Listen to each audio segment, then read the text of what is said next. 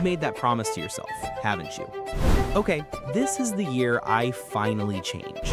You get that surge of motivation, you watch the videos, you buy the books, and then a few weeks or months later, you're right back where you started.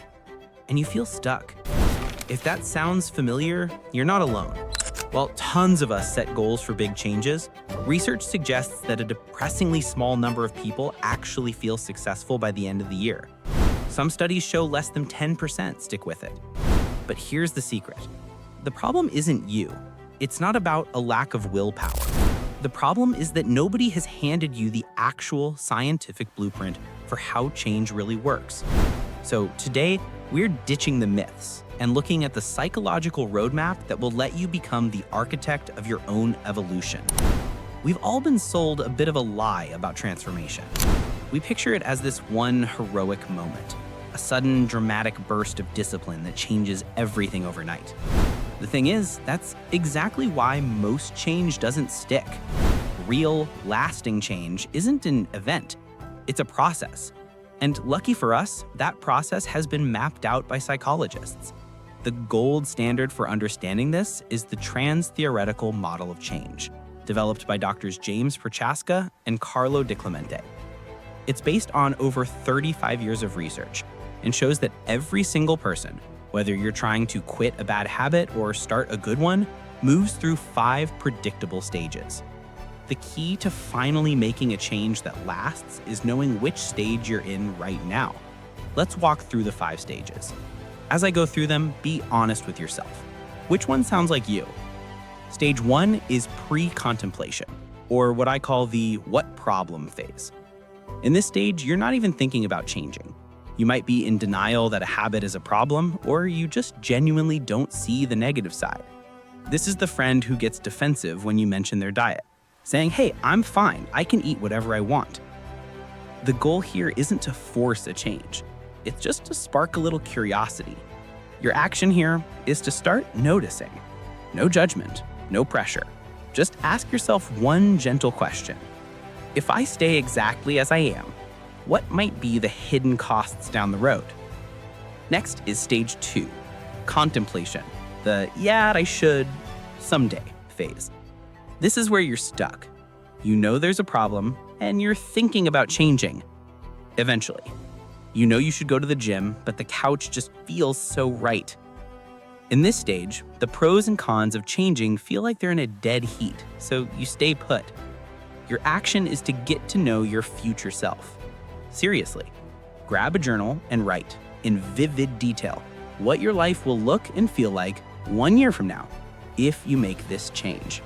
Then, do the same for what it will feel like if you don't. You need to connect emotionally with the outcome you want. That leads to stage 3, preparation, the okay, let's get ready phase. Here, you're committed to taking action soon, maybe within the next month, and you're starting to make small plans. This is you buying the running shoes, looking up healthy recipes, or opening a savings account. You're gathering your tools. Your action is to create a laughably specific plan. Don't just say, I'll work out more. Use an if-then plan. If it's 7 a.m. on Monday morning, then I will immediately put on my gym clothes and do a 15-minute workout video at home. Make the first step so small and so clear that it's almost impossible not to do it. Then comes stage 4, action, the okay, we're doing this phase. This is the part everyone imagines. You're actively going to the gym, meditating, or sticking to your budget. The momentum is building, which feels great, but this is also where you're most at risk of getting discouraged. Your action here is to aim for consistency, not perfection. Track your progress and celebrate the small wins. If you miss a workout, don't let it become a spiral of guilt. Just remember the simple rule, never miss twice. And redesign your environment.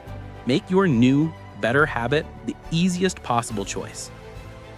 Finally, we have stage 5, maintenance, the this is my new normal phase.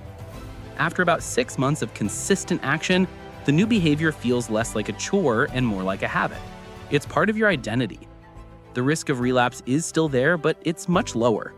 Your job now is to protect your progress. Your action is to know your triggers. What situations or feelings make you want to slide back into old patterns? Have a plan for them And above all, practice some self-compassion. A slip-up isn't a moral failure. It's a data point. Learn from it, tweak your strategy, and get back on track. This is no longer about something you do, it's becoming part of who you are. So that's the map. Pre-contemplation, contemplation, preparation, action, and maintenance. Real, lasting transformation doesn't come from one giant leap of willpower. It comes from taking the right small step for the stage you're in. It's about patiently and persistently shifting your identity, one tiny action at a time. To help you put this into practice, I've put together a free Stage of Change worksheet. It'll walk you through identifying exactly where you are and give you some simple, tailored next steps.